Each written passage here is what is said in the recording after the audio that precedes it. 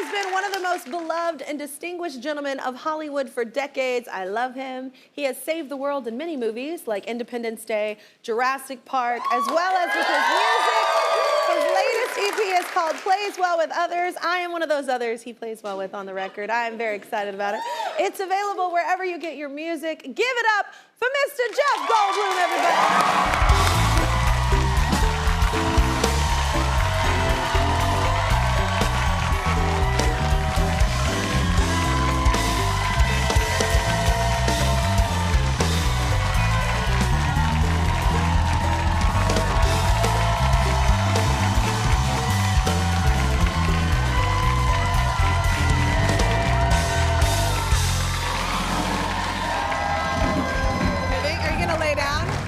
Well, I'm not going to lay down.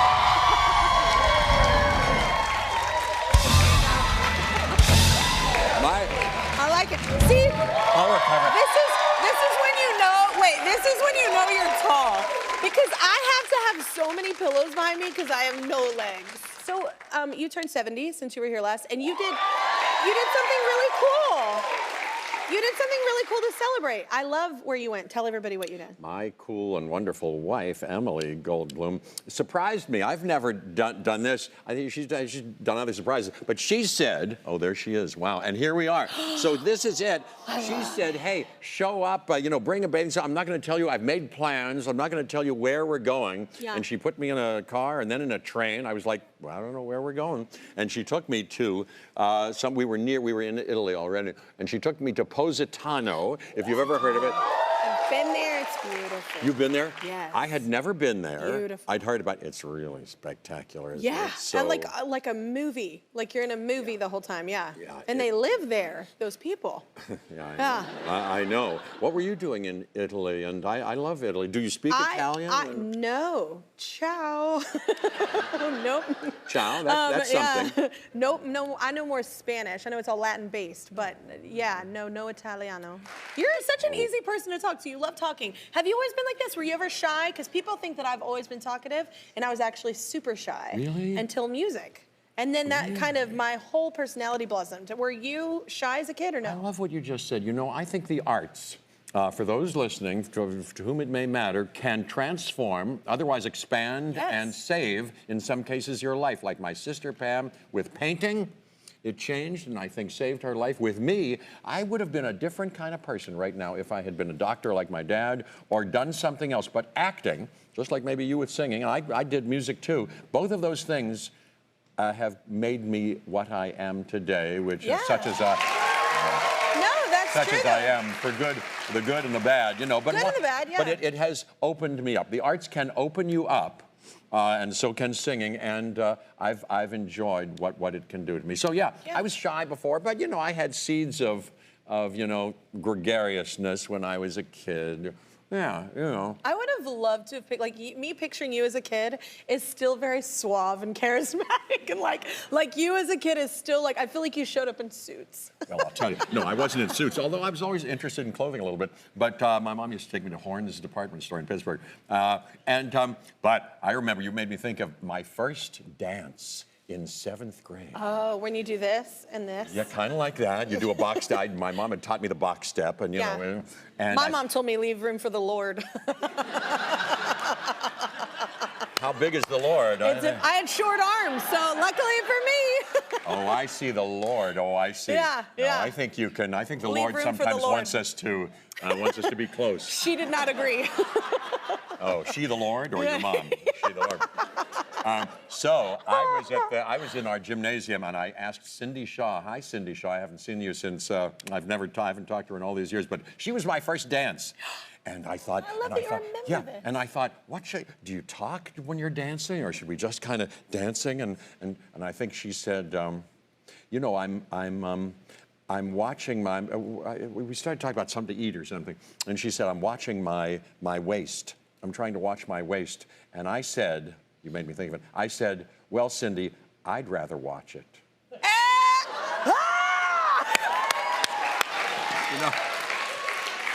If it's all right with you, I'll take care of that for you. See? So you were that kid. You maybe were like, I might have been creepy or I might have been suave, whatever I was. Whatever you think. So wait, so let's talk about your music. I love your music so much. So how old were you? Because you're such a great pianist. I love your whole vibe musically. So you must have started young, right? I did when I was 10. You know, my kids are playing, but they beat me to it. I started really? after them. They're 7 and 5, but I started, I think, 9 and 10, you know, like that, and took piano lessons. You play, you play. I played piano when I was a kid. I took lessons when I was very young, and then I didn't have anything to really practice on, so yeah, and then I switched to violin. I got a violin from something, and then we couldn't afford that. It was all just, you know, vocals are free, Jeff. Yes. Yeah, Well, I didn't need money. Yeah, but not all of us are possessed of a Stradivarius, you know, Well, in no, our vocal cords. it pushed me to be a vocalist because I just couldn't afford anything else. So yeah. Oh my God. But I love playing. I was not good at it. I'm not good at it. But so you played since you were 10, and then did you play constantly, or did you kind of let it go for a minute? No, I played constantly. I had the idea I wanted to be an actor. I had that career idea, but I played, and I was a bad student, really. I did not know the joys of discipline yet. So the piano teacher would come, and I hadn't practiced, and I would be, you know, unhappy, and he would be unhappy. But then, Tommy Emil, but then he gave me a piece of an arrangement for Alley Cat and for Moon River and for different things, and I went, ooh, these chords are different than this just classical exercises that I was doing, and I'm in love with it. And now I'm just gonna sit and play as long as it takes to be able to do that. And I fell in love with it. That's why I started to get a little better. And then I started to play out and about. I got a Yellow Pages and looked at cocktail lounges up around Pittsburgh and got a couple of gigs when I was like 15 and started to play around and about, you know. See, you've always been a grown dude.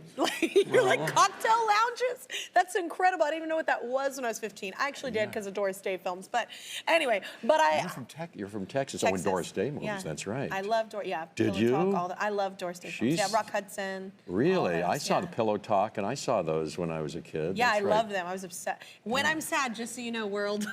Yes. When I get really sad, if you come in my house and you see me looking at Pillow Talk, if you see me watching Pillow Talk, just leave the house.